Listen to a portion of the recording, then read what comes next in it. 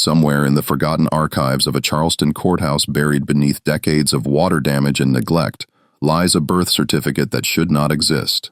The document dated March 1847 records the delivery of a child to a woman named Celia, but the physician's notes contain measurements and observations that contradict every known principle of human gestation.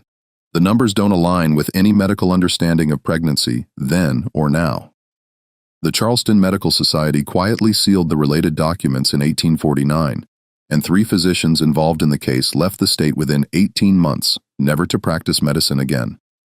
For over a century and a half, descendants of those who witnessed what happened have refused to discuss the details, passing down only warnings to leave Celia's story alone. Tonight, we are examining the documented facts of a case that defies rational explanation. Not through supernatural means, but through circumstances so disturbing that those who knew the truth chose silence over revelation. Before we continue with the story of Celia and the impossible pregnancy that terrified Charleston's medical establishment, I need you to do something. Subscribe to this channel right now because stories like this, ones that history tried to bury, don't get told anywhere else. And comment below. What state or city are you listening from? I want to know how far these forgotten American mysteries reach. What made Celia's case so profoundly unsettling wasn't what people claimed to see, but what the medical professionals documented in writing. Measurements, dates, and physical impossibilities that no amount of ignorance or superstition could explain away. Charleston in the 1840s was a city of contradictions, where immense wealth existed alongside brutal subjugation, where refined society depended entirely on the labor of those it refused to acknowledge as fully human. The port city hummed with commerce, cotton, rice, and indigo flowing through its docks, making fortunes for the planter class, while enslaved people performed every task that kept the machinery of prosperity turning. The city's medical community had gained particular prominence during this era, with several physicians publishing papers on tropical diseases, childbirth complications, and what they termed the peculiar physiological differences of enslaved populations. Research conducted without consent, often in the most horrific circumstances. The Hartwell Plantation sat 12 mi northwest of Charleston proper, a mid-sized operation of approximately 300 acres worked by 42 enslaved people. Edmund Hartwell had inherited the property from his father in 1839, and unlike many of his contemporaries, he took an active interest in the daily management of his holdings. His wife Margaret had died in childbirth in 1842, leaving him childless and increasingly bitter. The overseer, a transplanted Virginian named Thomas Gaines, ran the actual operations with notorious efficiency and cruelty that Edmund either ignored or tacitly approved. Celia had been born on the Hartwell plantation in 1826, making her approximately 20 years old when the events of this account began. Records describe her as strong-built, capable in the fields and kitchen, both quiet in disposition. She worked primarily in the main house after Margaret Hartwell's death, handling cooking and cleaning duties. Several quarterly reports from Gaines noted her satisfactory behavior and diligent work habits, the kind of bland observations that filled countless plantation ledgers, revealing nothing of the person beneath. The other enslaved people on the Hartwell property included Samuel, a blacksmith of considerable skill who had been purchased from a Savannah estate sale in 1844, and old Ruth, a woman in her 60s who served as an unofficial midwife and healer for the enslaved community. Ruth had delivered more than 100 babies over her lifetime, possessing the kind of practical medical knowledge that came from decades of experience and necessity. The enslaved quarters consisted of 12 rough cabins arranged in 2 rows behind the main house, each housing multiple families in cramped, inadequate conditions. Charleston's medical establishment in this period included several prominent physicians who would become relevant to Celia's story. Dr. William Saunders had practiced in the city for 15 years, primarily serving wealthy white families, but occasionally called to attend to enslaved people when their value as property warranted medical intervention. Dr. James Pritchard, younger and more ambitious, had recently arrived from Philadelphia with new-fangled ideas about obstetrics and had published 2 papers on maternal health. Dr. Henry Strickland, the eldest of the 3, had practiced medicine for nearly 40 years and was known for his meticulous record-keeping and scientific approach. The winter of 1846 proceeded normally on the Hartwell plantation. The cotton had been picked and processed, the fields prepared for the next planting season, the endless cycle of labor continuing without pause. Celia performed her duties in the main house, largely invisible to Edmund Hartwell except when he required something. The other enslaved people noted nothing unusual about her behavior or appearance during these months. Old Ruth would later testify that Celia had shown no signs of illness or physical change throughout the entire winter.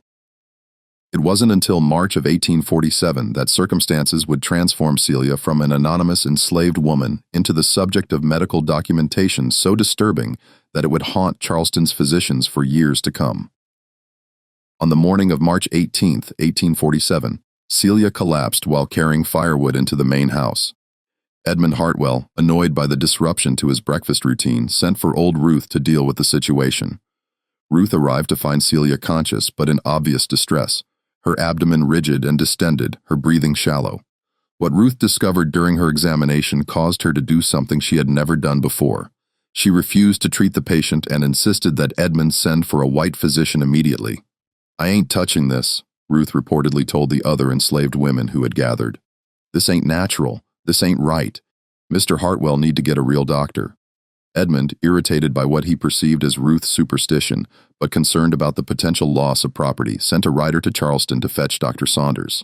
The physician arrived late that afternoon, expecting to find a simple case of digestive distress or perhaps a miscarriage. What he encountered instead would challenge everything he thought he understood about human biology. Dr. Saunders' initial examination notes, preserved in the Charleston Medical Society archives, make for disturbing reading. He documented that Celia's abdomen was grossly distended, firm to palpation, with movement clearly visible beneath the abdominal wall. This suggested advanced pregnancy, except that Celia, according to every witness, including Edmund Hartwell himself, had shown absolutely no signs of pregnancy until that very morning.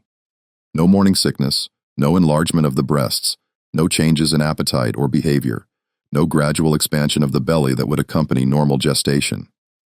The patient presented no observable signs of gravidity at any point prior to this date, Dr. D. Saunders wrote. Yet examination reveals clear evidence of advanced pregnancy estimated at 7 to 8 months by abdominal measurements. This is medically impossible. A pregnancy cannot progress to such advanced stage without visible signs.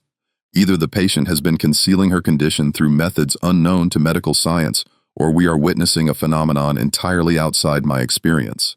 Dr. Saunders performed additional examinations, bringing in Dr. Pritchard for a second opinion. Both physicians documented the same impossibility. Celia appeared to be in the late stages of pregnancy, yet she had shown no symptoms whatsoever until that morning. The fetal heartbeat was strong and clearly audible through a stethoscope. The movement within her abdomen was vigorous and frequent. By every medical standard, she was carrying a healthy, nearly full-term child, one that had somehow developed without any of the normal indicators. Edmund Hartwell, practical in matters of property, asked the obvious question, when did this happen? Who is responsible? The question revealed an even deeper mystery. Celia, when questioned, insisted she had been with no man. Old Ruth confirmed this, stating that she would have known if any of the enslaved men had been involved with Celia. Such things rarely remain secret in the close quarters of plantation life. Thomas Gaines, the overseer, denied any involvement and suggested that Celia was lying. Edmund Hartwell himself had taken no interest in Celia in that manner, and his household staff confirmed his general avoidance of the enslaved women since his wife's death. "She says she ain't been with nobody," Old Ruth told Dr. Saunders. "And I believe her. Something else going on here. Dr. Pritchard attempted to question Celia about when she might have conceived, walking her through the timeline. By his calculations, if she was indeed 7 to 8 months pregnant, conception would have occurred in late July or early August of 1846. Celia maintained that she had been with no one during that time or any time since. The plantation records showed no visitors during that period, no traveling salesmen or itinerant workers who might have had access to the quarters. Over the next 3 days, Celia's condition progressed rapidly. Her belly continued to expand at a rate that alarmed both physicians. Dr. Saunders notes from March 21st record, patient's abdomen has increased in circumference by 4 in since initial examination 3 days prior. This rate of growth is unprecedented. The fetus remains active, heartbeat strong. Patient experiencing significant discomfort but no labor contractions. Unable to explain observed phenomena through any known medical framework. Dr. Strickland joined the other physicians on March 22nd, and his presence lent additional credibility to the documentation. A man of science who trusted only what he could measure and observe. Strickland performed his own independent examination. His conclusions matched those of his colleagues. Celia was unquestionably pregnant with a healthy fetus, yet the timeline and progression defied rational explanation. "I have attended more than 1,000 births in my career," Dr. Strickland wrote in his personal journal. "I have never witnessed anything approaching this case. Either this woman has deceived us all through methods I cannot fathom, or we are observing a biological impossibility. I am inclined toward the latter, though I cannot explain what mechanism might account for such rapid development." The physicians discussed removing Celia to Charleston for more intensive observation, but Edmund Hartwell refused, stating he would not have his property paraded through the city streets. The doctors agreed to remain at the plantation, documenting the case with scientific rigor while waiting for labor to begin naturally. On the evening of March 23rd, Celia went into labor. What followed would cement this case in Charleston's medical history as something that should never have happened, and that no one who witnessed it could ever fully explain. The labor lasted 14 hours, beginning just after sunset and continuing through the night into the following morning. Dr. Saunders, Dr. Pritchard, and Dr. Strickland all attended, with old Ruth present to provide practical assistance. The physicians documented every stage of the process with unusual thoroughness, perhaps sensing they were witnessing something that would require extensive evidence to be believed. Dr. Pritchard's delivery notes describe a birth that proceeded normally in every respect, save one: the size of the infant as of the war. The child, a girl, weighed 11 pounds and measured 23 in length, substantially larger than average, but not impossibly so. She appeared healthy and fully developed, crying vigorously upon delivery, showing no signs of distress or abnormality, but the timing remained inexplicable. The physicians had examined Celia 3 days earlier and estimated her pregnancy at 7 to 8 months. Yet the infant delivered showed every sign of being full term, with the physical development typical of a 40-week gestation. The rapid progression from near term to delivery suggested a developmental acceleration that violated every principle of embryology. The infant displays characteristics consistent with full gestational development. Dr. Strickland recorded fully formed lungs, vigorous cry, strong muscle tone, appropriate fat deposits beneath skin. Yet our examination of the mother 5 days prior indicated a pregnancy of approximately 32 weeks. Either our initial assessment was dramatically incorrect, which I cannot accept given 3 independent examinations, or this child developed at a rate incompatible with human biology.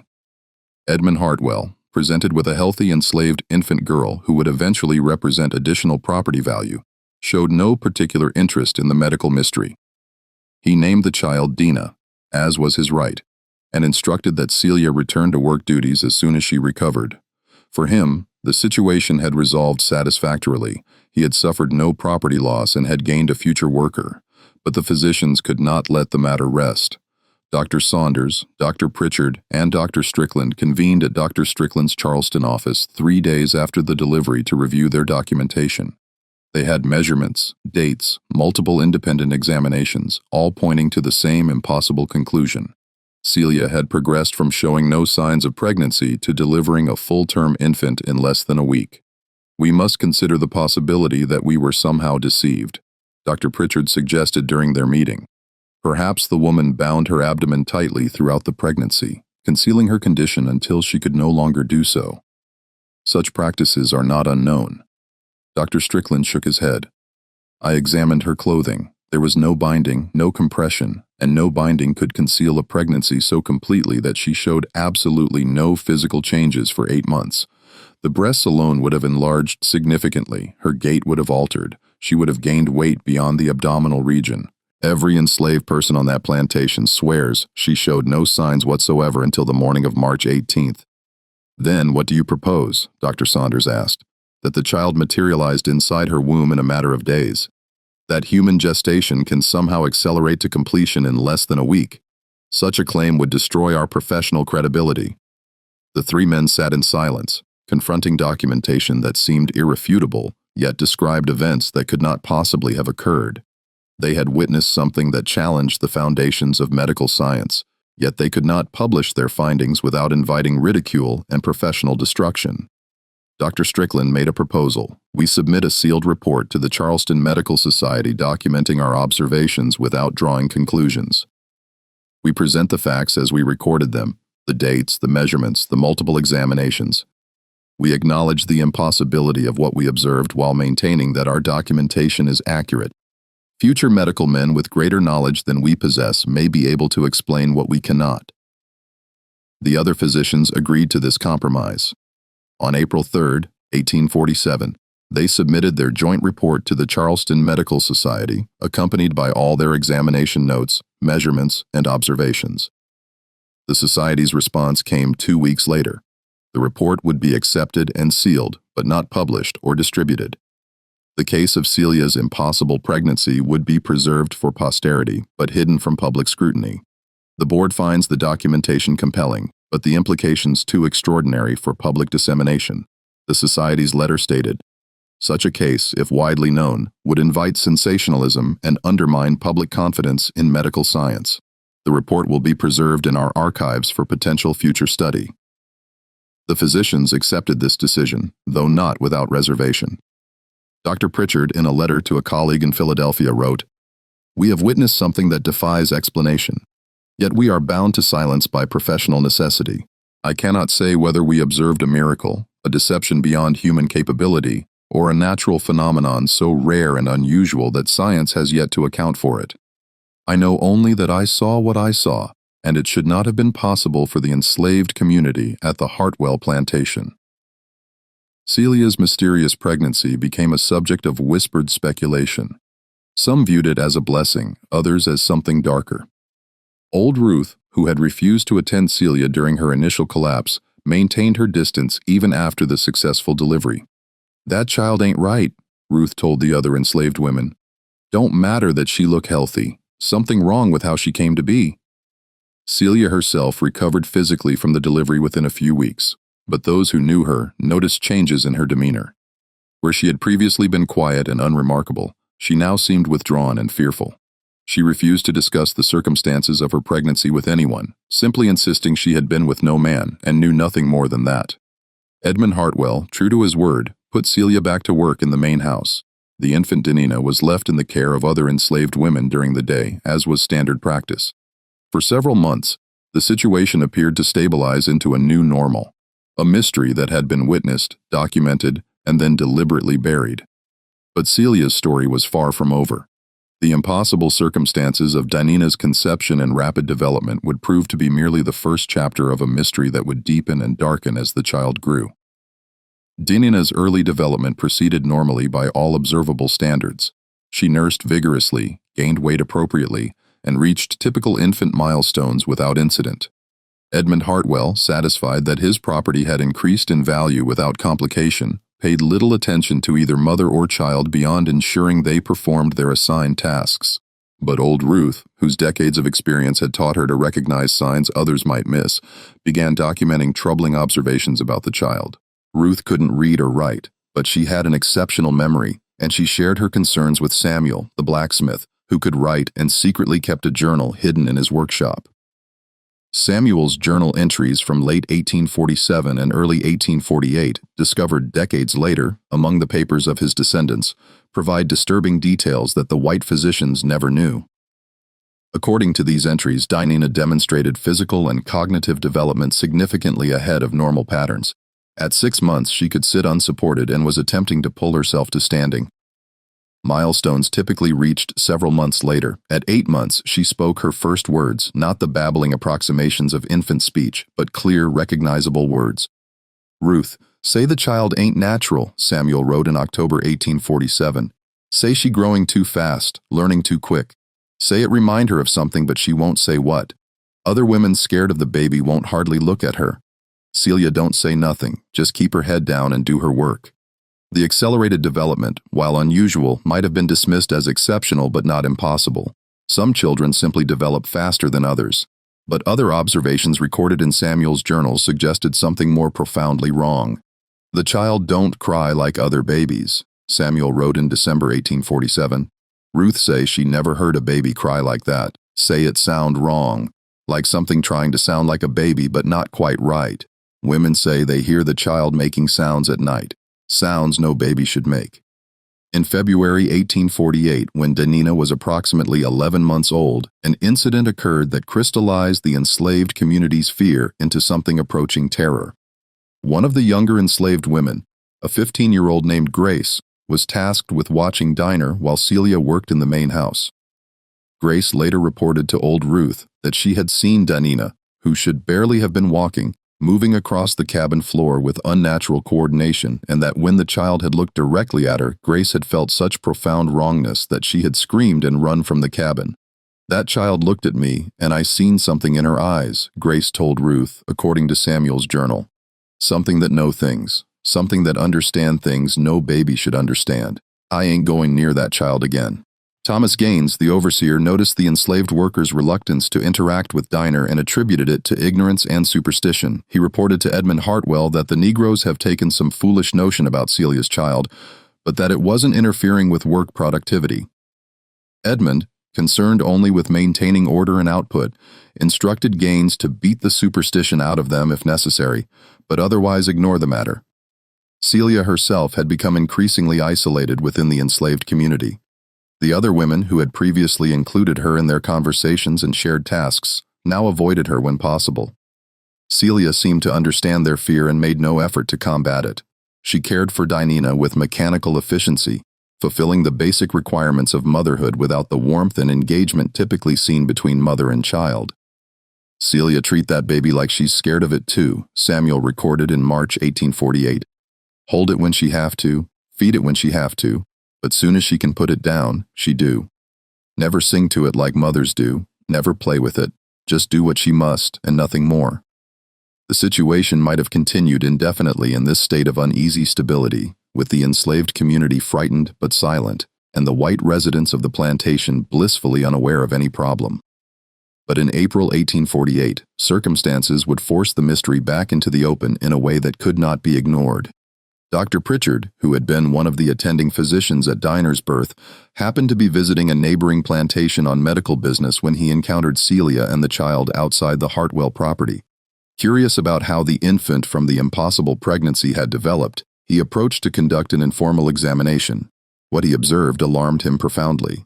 Dinah, at just over 1 year old, displayed physical and cognitive development equivalent to a child of at least 2 years. She walked with confident balance, spoke in short but complete sentences, and demonstrated problem-solving abilities far beyond her chronological age. Moreover, her physical proportions seemed subtly wrong in ways Dr. Pritchard couldn't quite articulate. The length of her limbs relative to her torso, the size of her head, the spacing of her features. "The child is developing at an extraordinary rate," Dr. Pritchard wrote in his personal journal that evening. "If I had not attended her birth myself, if I did not have documentation of her date of delivery, I would estimate her age at 2 years minimum. This cannot be natural variation. This represents a continuation of the same accelerated development we observed in utero. What are we witnessing? What process drives this impossible growth?" Dr. Pritchard contacted Dr. Saunders and Dr. Strickland, proposing they request permission from Edmund Hartwell to conduct a comprehensive medical examination of the child. The other physicians, their curiosity rekindled, agreed.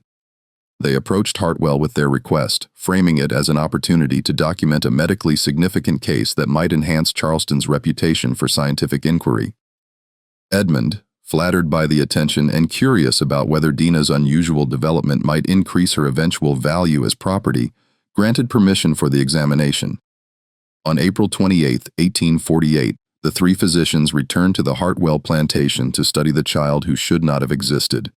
Just when we thought we'd seen it all, the horror in Celia's story intensifies. If this account is giving you chills, share this video with a friend who loves dark mysteries. Hit that like button to support our content, and don't forget to subscribe to never miss stories like this. Let's discover together what happens next.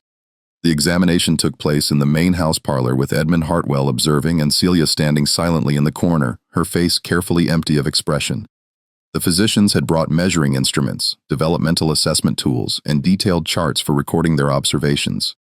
Dinah, at 13 months old, stood 32 and tall and weighed 28 kilos. Measurements consistent with a healthy child of 24 to 30 months. Her motor skills, language development, and cognitive abilities all tracked to an age range of 2 to 2.5 years. The acceleration of her development had not slowed since birth, but had remained constant, as if her internal clock ran at roughly twice the normal rate. "Most remarkable," Dr. Strickland murmured, noting her vocabulary and sentence structure.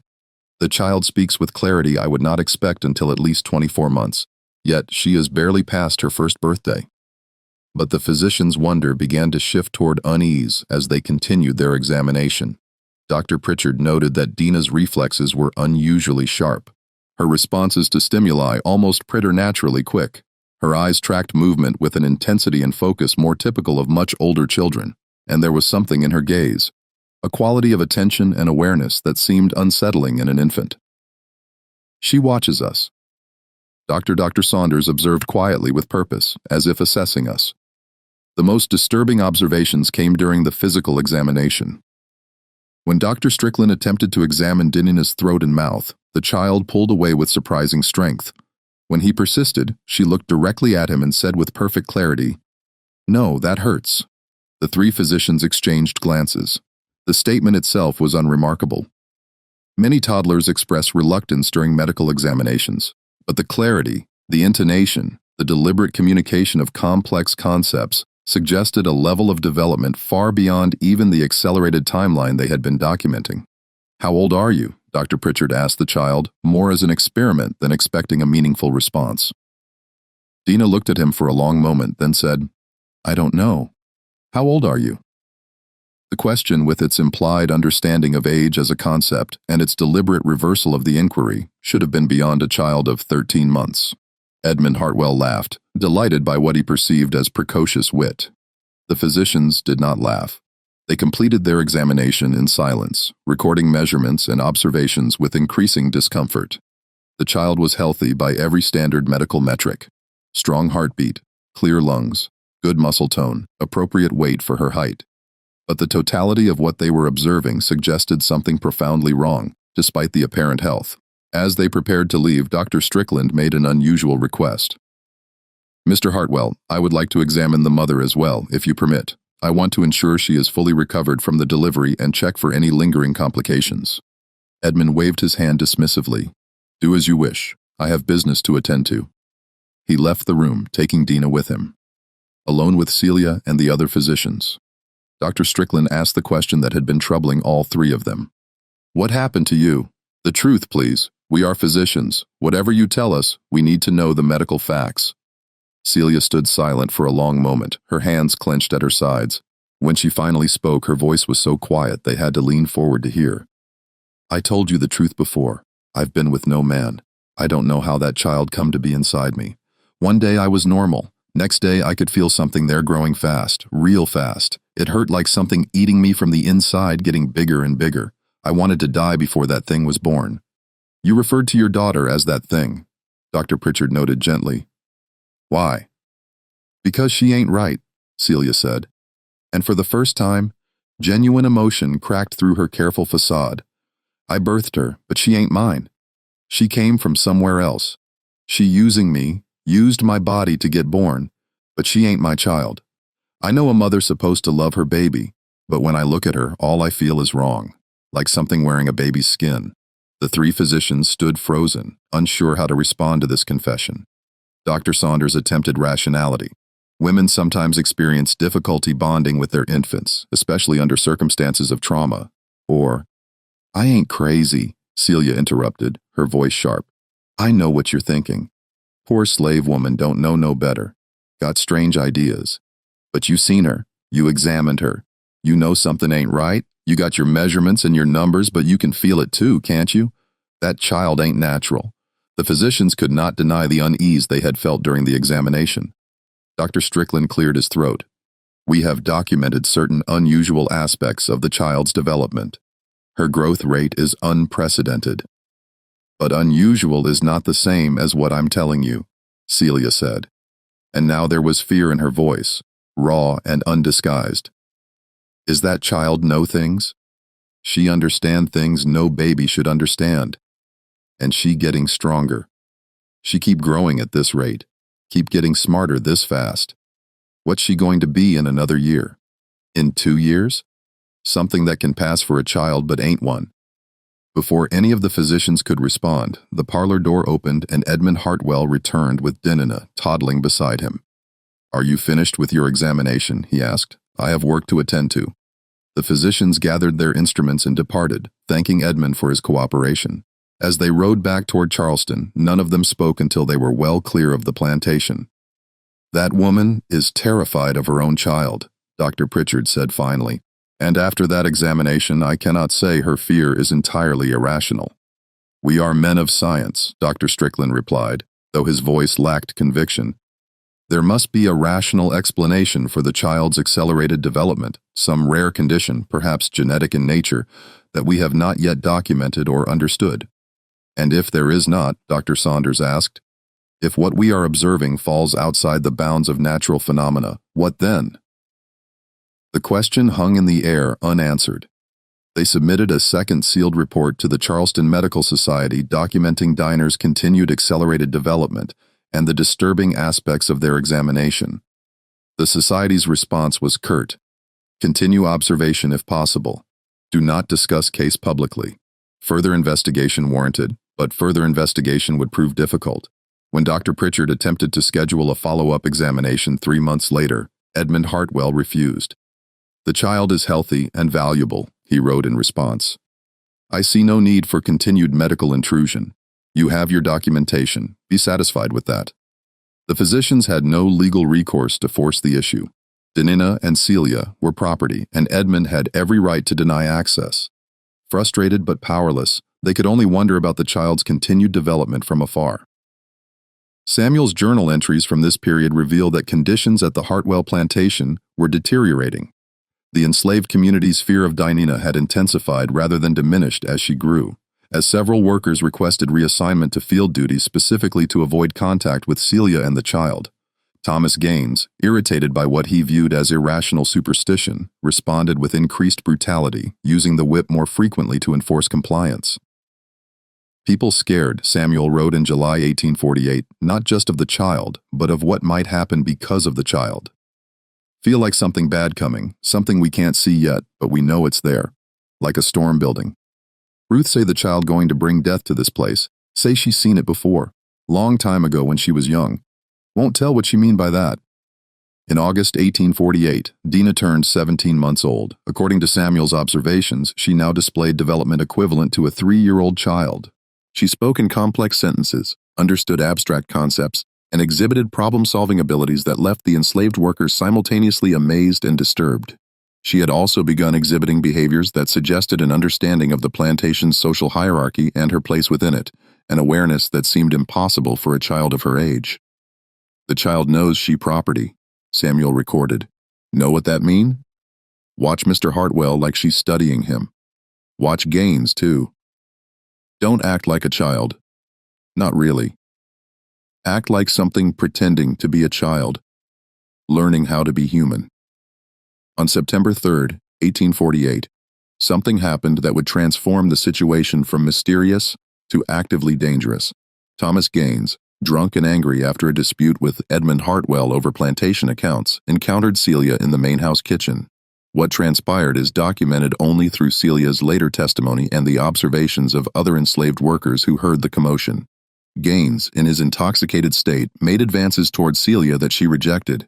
Enraged by her refusal and emboldened by alcohol, he struck her across the face hard enough to knock her to the floor. Denina, who had been in the corner of the kitchen, witnessed the assault. What happened next, according to multiple witnesses, should have been impossible for a child of 17 months.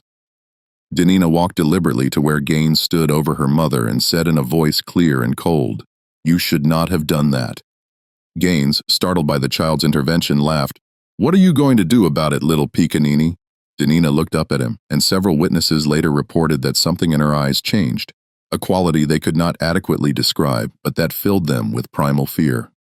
She did not speak again, did not move, simply stared at the overseer with an intensity that was profoundly wrong in a child. Gaines, unnerved despite his drunkenness, backed away from the child and left the kitchen. But the encounter would have consequences neither he nor anyone else could have anticipated. The next morning, Thomas Gaines was found in his cabin dead. The circumstances of his death would raise questions that neither medical examination nor investigation could satisfactorily answer, and would finally reveal just how dangerous Celia's impossible child had become. Dr. Saunders was summoned to the Hartwell plantation at dawn on September 4, 1848, to examine the body of Thomas Gaines. Edmund Hartwell, shaken by the sudden death of his overseer, wanted an official medical opinion for the record. What Dr. Saunders found defied easy explanation. Thomas Gaines lay in his bed, eyes open, mouth agape in what appeared to be an expression of terror. There were no visible wounds, no signs of violence, no indication of struggle. The cabin showed no evidence of intrusion or disturbance. By all appearances, the man had simply died in his sleep, except for the expression on his face and certain disturbing physical findings. Dr. Saunders' examination notes describe extreme rigor mortis, far beyond what would be expected given the limited time since death. Subject's muscles contracted to a degree I have not observed in 30 years of practice. Facial musculature fixed in expression suggesting extreme fear or pain. No visible cause of death determined. No wounds, no bruising, no signs of poisoning. Heart appears normal upon external examination. Lungs shown no fluid accumulation. Cannot determine cause of death without internal examination. Edmund Hartwell, disturbed but pragmatic, approved an autopsy. Dr. Saunders performed the procedure in the plantation's tool shed with Samuel assisting as directed. What the physician discovered during the internal examination troubled him deeply. Subject's heart shows no disease, Dr. Saunders documented. However, organ appears to have ceased function suddenly and completely, as if all electrical impulses stopped simultaneously. This is not consistent with any pathology. I recognize no blockages in coronary vessels, no structural abnormalities. The heart simply stopped. Edmund Hartwell accepted Dr. Saunders' verdict of death by natural causes, sudden cessation of heart function, cause unknown. Thomas Gaines was buried in the plantation cemetery, and Edmund began the process of hiring a new overseer. For him, the matter was closed. But the enslaved community knew better. They had heard about the confrontation in the kitchen. They had seen Denina's unnatural stillness, heard her cold voice. And now the man who had struck Celia was dead. His heart stopped for no apparent reason, his face frozen in terror. "That child killed him," old Ruth told the other enslaved workers, no longer bothering to hide her conclusions. "Don't know how, don't understand it, but that child killed that man. Soon as he hit Celia, he was dead, just didn't know it yet." The fear that had been building among the enslaved population crystallized into certainty. They avoided Denina and Celia completely now, refusing to work in the same areas, finding excuses to stay as far away as possible. Celia herself seemed to retreat even further into herself, moving through her days like a ghost, caring for her daughter with mechanical efficiency, while radiating a hopelessness that frightened those who saw it. Samuel's journal entries from this period reveal the depth of the community's fear. Nobody will say it out loud where white folks can hear, but we all know that child ain't natural. That child can kill. Ruth say things like this don't live long, that nature finds a way to correct what shouldn't be. But what if she wrong? What if that thing keep growing, keep getting stronger? What it going to be when it looked like a woman but got the power to kill with just a look? Edmund Hartwell remained oblivious to the enslaved workers' fears. Attributing their avoidance of Celia and Diner to the same superstition he had always dismissed, he hired a new overseer, a North Carolinian named William Fletcher, and instructed him to maintain discipline and productivity. Fletcher, practical and brutal in equal measure, used the whip freely to ensure compliance. 2 months after Gaines's death, in early November 1848, Dr. Pritchard happened to encounter Edmund Hartwell at a Charleston social gathering. Inquiring politely about the child from the medical case, Dr. Pritchard was surprised to hear that Denina was thriving and growing rapidly. Concerned about the child's continued accelerated development and curious about any potential complications, he requested permission to conduct another examination. Edmund, still grieving the loss of Margaret and childless, had developed an almost proprietary pride in Diner's unusual nature. "Remarkable child," he told Dr. Pritchard. "Sharp as any white child I've seen. Nearly 2 years old, but speaks like a 4-year-old. Fetch her good price in a few years as a lady's maid or house servant. Yes, you may examine her. Come by next week." Dr. Pritchard, Dr. Saunders, and Dr. Strickland arrived at the Hartwell plantation on November 12, 1848. They found Diner, now 20 months old, displaying development equivalent to a child of 3½ to 4 years. She stood 40 and tall, weighed 38 kilograms, and spoke with grammatical precision and vocabulary that would be advanced even for her apparent developmental age. But what disturbed the physicians most was not her physical growth or linguistic ability. It was the quality of her awareness, the way she observed them with an analytical detachment more typical of an adult than a child, the way she answered their questions with perfect comprehension and deliberate precision. the way she seemed to be studying them even as they studied her. "How do you feel?" Dr. Strickland asked during the examination. "I feel well," Dinah replied. "Why do you ask? Do I appear unwell?" The question structure, its embedded assumption and counter-inquiry, came from a mind far beyond 20 months of age. "Do you remember me?" Dr. Pritchard asked. "I examined you several months ago." "I remember," Dinah said, and something in her tone suggested depths of memory and understanding that should have been impossible. "You were curious about me then. You are still curious, but also frightened. Why?" Before Dr. Pritchard could formulate a response, Dinah continued. "People are often frightened of things they do not understand. Are you frightened because you do not understand me, or because you are beginning to understand and the understanding frightens you?" The three physicians stood silent, unnerved by the child's perceptiveness. Dr. Saunders cleared his throat. "You are very intelligent for your age." "Yes," Dinah agreed simply. "I am." There was no pride in the statement, no childish boasting, simply acknowledgement of fact. They completed their examination with growing unease. Every measurement, every assessment confirmed the same impossible reality. This child was developing at roughly twice the normal human rate with no sign of the acceleration slowing. At her current trajectory, she would reach the physical development of a 6-year-old by her 3rd birthday, an 8-year-old by her 4th. But more disturbing than the physical acceleration was the cognitive development. Dinah's intelligence, her awareness, her capacity for abstract thought and complex reasoning all suggested a mind developing even faster than her body.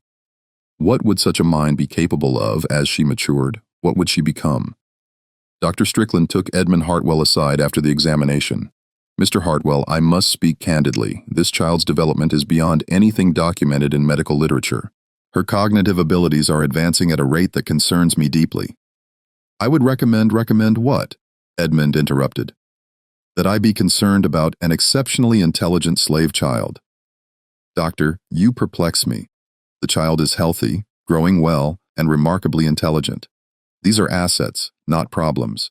She will be extraordinarily valuable as she matures." "Sir, I question whether you fully appreciate." "I appreciate," Edmund said sharply, "that I have a rare and valuable property. Whatever medical curiosity she represents, she is still my property, and her unusual qualities only increase her worth. I see no problem here, doctor, only opportunity." The physicians left with their documentation and their unease, knowing they had no authority to intervene in what was legally a matter of property management. They submitted their 3rd sealed report to the Charleston Medical Society, including for the first time explicit concerns about the implications of Dinah's accelerated cognitive development. "We are observing a phenomenon without precedent," they wrote. "A human mind developing at extraordinary speed within a body that ages at twice the normal rate. The child demonstrates reasoning abilities far beyond her chronological age with awareness and comprehension that approaches adult levels. We cannot predict what such a being will be capable of as she continues to mature. We cannot even predict whether she will continue to follow human developmental patterns or whether her growth will eventually stabilize. We are quite literally watching the emergence of something we do not understand and cannot control." The Charleston Medical Society's response was immediate and decisive. "All documentation related to this case is to be sealed indefinitely. The implications of the observed phenomena are too extraordinary and potentially disturbing for public knowledge. The physicians involved are instructed to cease all examination and observation. No further reports will be accepted. This case is closed." The 3 doctors, frustrated but bound by professional duty, accepted the society's directive. They had no choice. But they would not forget what they had witnessed. A child who should not exist, developing in ways that defied nature, growing stronger and more aware with each passing month. And in the sealed archives of the Charleston Medical Society, the documentation remained.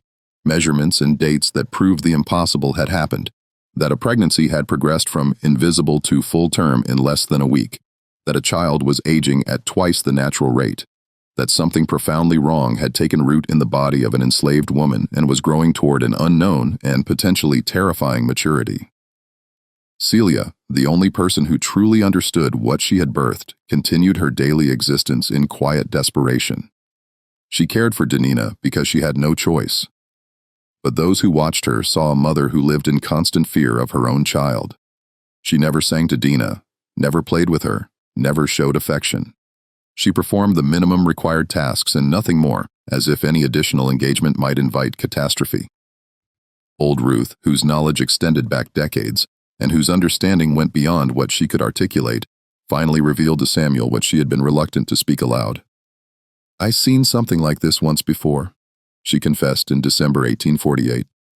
"Long time ago, when I was young, maybe 12 or 13 years, down in the deep south on a sugar plantation, there was a woman, and she had a child that weren't right.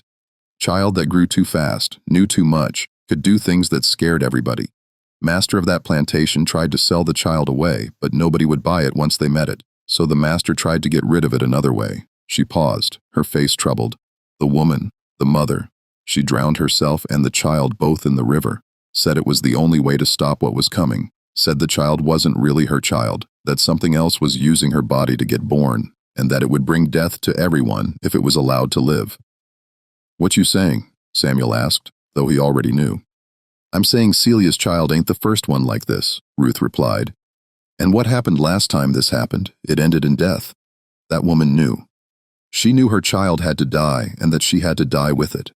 Couldn't live with what she'd done, even if it was necessary. You think Celia gonna—" "I think Celia already dead inside," Ruth said quietly, just waiting for her body to catch up with her soul. The winter of 1848 to 49 settled over the Hartwell plantation, and with it came a sense of approaching catastrophe that even Edmund Hartwell, insulated by his privilege and willful ignorance, could not entirely ignore. The enslaved workers moved through their tasks with the grim efficiency of people awaiting disaster. Celia retreated further into herself, a shadow of a person going through the motions of existence. And Danina continued to grow physically, mentally, becoming something that nature had never intended to create. The end, when it came, would arrive on a cold February night and would provide answers to some questions while raising others that would never be resolved. On the night of February 23, 1849, the enslaved quarters of the Hartwell plantation woke to screaming. Multiple witnesses reported that Celia's cabin was engulfed in flames, the fire spreading with unnatural speed despite the cold and damp conditions. By the time help arrived, the cabin had collapsed into burning rubble. William Fletcher, the overseer, organized a bucket brigade to prevent the fire from spreading to other structures. Once the flames were controlled, the grim task of searching the ruins began. They found 2 bodies in the remains, an adult and a child, both burned beyond individual recognition, but clearly identifiable by size and location. Dr. Saunders was summoned at dawn to examine the remains and provide an official medical opinion. His report, filed with local authorities and later sealed with his other documentation of the case, describes finding 2 sets of human remains consistent with an adult female and a child of approximately 2 to 3 years of age. Both bodies exhibited extreme thermal damage.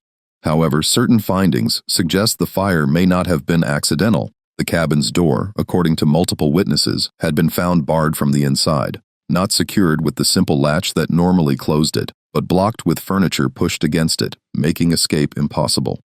Inside the ruins, Dr. Saunders found the remains of oil lamps that had been deliberately broken and distributed throughout the small space, suggesting the fire had been intentionally set with accelerants. Most disturbingly, Celia's body, identified by a metal bracelet that had survived the flames, was found in a position suggesting she had been lying down when the fire started, not attempting to escape. The child's body was found beside her, similarly positioned. Both appeared to have been dead or unconscious before the flames consumed them. The evidence suggests deliberate action, Dr. Saunders wrote carefully in his report. The mother appears to have barricaded the door, distributed accelerants, and initiated a fire that would ensure complete consumption of herself and her child. Whether the child was alive or dead when the fire started cannot be determined from the remains. However, the positioning suggests the child was not attempting escape, which is inconsistent with normal behavior. Edmund Hartwell, confronted with the loss of valuable property, demanded an investigation into whether any of the other enslaved workers had been complicit in the deaths. Fletcher conducted brutal interrogations using the whip freely, but no evidence of conspiracy emerged. The enslaved community maintained that they had been sleeping when the fire started and knew nothing beyond the screaming that woke them. Samuel's journal entry from February 24, 1849, tells a different story, one he could never have shared with white authorities. Ruth says Celia did what had to be done. Say she couldn't live knowing what her child was, couldn't stand watching it get stronger and smarter, knowing it would eventually bring death to all of us. Say Celia gave her own life and her child's life to save the rest of us. Ruth say Celia was brave, that it'd take a special kind of strength to do what she did. I don't know if that's true. I just know they both gone now, and the fear that been hanging over this place for 2 years finally lifted like a dark cloud, moved away, and we can breathe again. Old Ruth, questioned by Fletcher about whether she had known Celia planned to set the fire, maintained her silence at first. When threatened with the whip, she finally spoke, carefully crafting her words to reveal nothing that could be proven while still conveying what she knew. Celia was troubled in her mind. Had been troubled since that child was born. Woman who carry a burden like that, she don't think straight. She see things that ain't there. Fear things that can't be real. Maybe she got confused in the night, knocked over an oil lamp in her confusion. That what probably happened, just a confused woman and a terrible accident. Fletcher, satisfied with this explanation that matched the evidence while avoiding implications of deliberate action, recorded the incident as accidental death caused by mental instability and negligent handling of fire. Edmund Hartwell, having no legal recourse against a dead woman, accepted the verdict and moved on. He had lost property, yes, but not enough to justify dwelling on the matter. The 3 physicians, Saunders, Pritchard, and Strickland, learned of the deaths through newspaper reports. They met privately to discuss the case's conclusion, each man struggling with his own interpretation of what they had witnessed and documented over the preceding 2 years. Perhaps it is for the best, Dr. Pritchard said quietly. We were observing something that should not have been. Now it is ended. Is it ended? Dr. Strickland asked. Or have we simply seen one instance of a phenomenon that may occur again? We documented an impossible pregnancy and an accelerated development that defied all natural law. If it happened once, can it happen again? Dr. Saunders shook his head. We will never know. Our documentation is sealed. Our observations dismissed as too extraordinary for credibility. The Charleston Medical Society has made clear they want this case forgotten, and perhaps they are right. Perhaps some knowledge is too dangerous to pursue. In March 1849, all 3 physicians began making plans to leave Charleston. Dr. Pritchard accepted a position at a Philadelphia hospital. Dr. Saunders moved to his family's property in Virginia, abandoning active practice. Dr. Strickland retired from medicine entirely, spending his final years managing investments and avoiding all discussion of his medical career. None of them ever spoke publicly about the case that had consumed them for 2 years. The mystery that had challenged everything they understood about human biology and development. The sealed reports remained in the Charleston Medical Society archives, gathering dust, their extraordinary claims never investigated or verified. The measurements and dates and impossible observations were preserved but hidden, known only to a few medical men who took the secret to their graves. Samuel continued keeping his journal until 1863, when he escaped during the chaos of the Civil War and made his way north. His writings, discovered decades later, provide the only account of the case from the perspective of those who lived closest to it. The enslaved people who witnessed the fear and the mystery and the tragedy that Edmund Hartwell never fully understood. The Hartwell plantation operated for another 15 years until Edmund's death in 1864, just before Sherman's march brought destruction to much of the South. The property was eventually sold, subdivided, and developed. The site of Celia's cabin, the place where a mother killed herself and her child to prevent something she believed was evil, is now unmarked, forgotten, its exact location lost to time and urban development.